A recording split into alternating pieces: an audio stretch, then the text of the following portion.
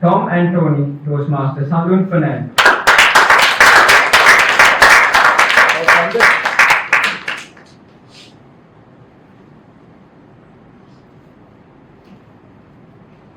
Ladies and gentlemen, what is the biggest gap in the world?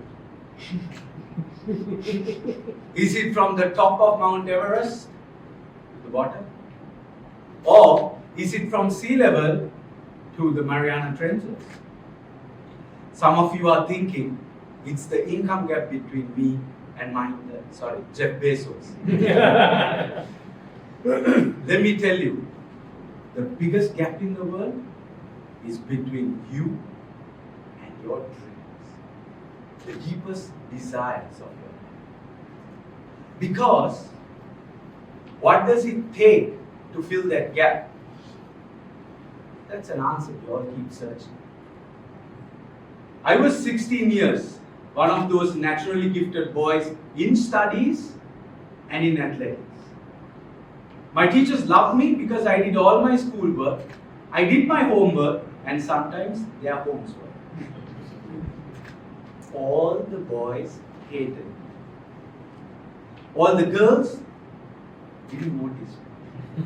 Because all those hours of athletics have made me so dark. It is only my mother who cared to notice. Sometimes if you take pictures in the night, you can only see my uniform. I have evidence on Facebook.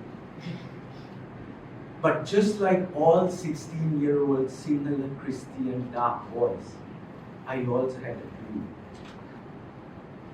A fair girl. Sandun. Fernando. She was like eye candy, Maggie curls, brown eyes. Oh, melted me like chocolate in April. But I could never go up to Sandun. First thing, I wasn't sure whether she'd notice me. Second thing, I never had the courage to walk up to her. So I did what any 16-year-old would do. Go to that one person who has all the answers. Usually, it's your unmarried, short, cute uncle. My uncle, Tom. His birth name, Thomas Fernando. But he called himself Tom because it suited his personality. He was always vibrant and the life of the party. Wherever he was, he would get all the attention. He was always happy. And he was always with our grandparents at home. At 36 years, I thought, that's a life. I went up to my Uncle Tom and I asked him, Uncle Tom, I really like Sandun, but I don't have the courage to go and talk to him. What should I do? Don't worry, Sonny. All you have to do is, you got to be around this girl. Make sure you do things that she likes. So that's it. What does she like? I thought for a moment. Sandun loved going to the gym. She would spend most of her time there.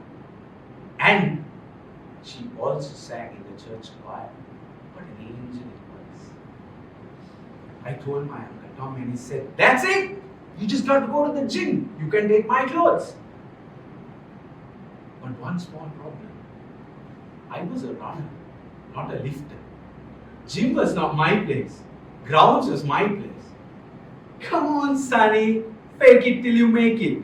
That's all you got to do. Besides, anybody who goes to the gym, not all of them work out, man. You should go. So I took that first daring step of registering at the gym. There she was, tight, hot pants, and a really tight sports top, gently walking on the treadmill, while the boys had their eyes fixed on her. As I walked in, I was looking for anybody who can help me in the gym. Then I saw my friend Randy. Randy was 1 foot taller than me all my life, 2 feet wider than me all my life, 10 feet slower than me all the time in the grounds. I have always helped Randy with his studies and his running, so I thought he will help me in the gym. I went up to Randy and said, brother, you got to help me. I came to the gym only because of Sandun. So make me look good. Let her notice me. said, alright bro, there's only one thing you need to do in the gym that the girls will notice. Make some noise and lift. And he said, start with this. And he kept it on the ground and said, deadlift is the deadliest. As you lift up, say, I held the weights. And I said, The weights didn't come. I tried again. The weights didn't come up. I definitely got Sandy's attention. Only thing she said from the treadmill was, that's only 2.5 kilos. I went back to my uncle Tony and said, gym is not working. What's the next thing you said? The choir. Go sing, boy. Singing and me is nothing like speaking and me. I went to the choir.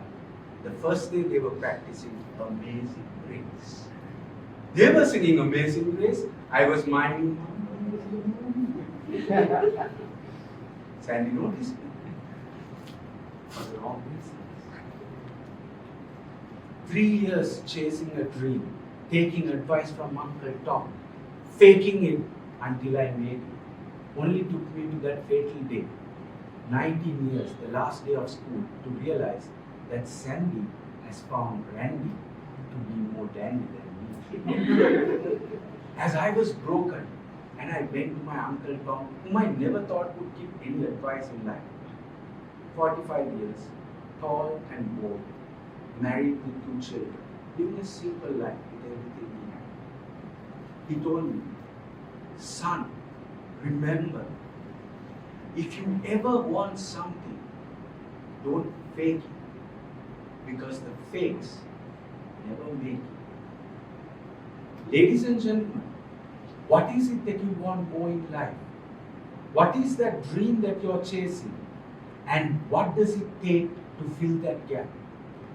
I learned the hard way that it is hard work, facing your fears and doing what is required.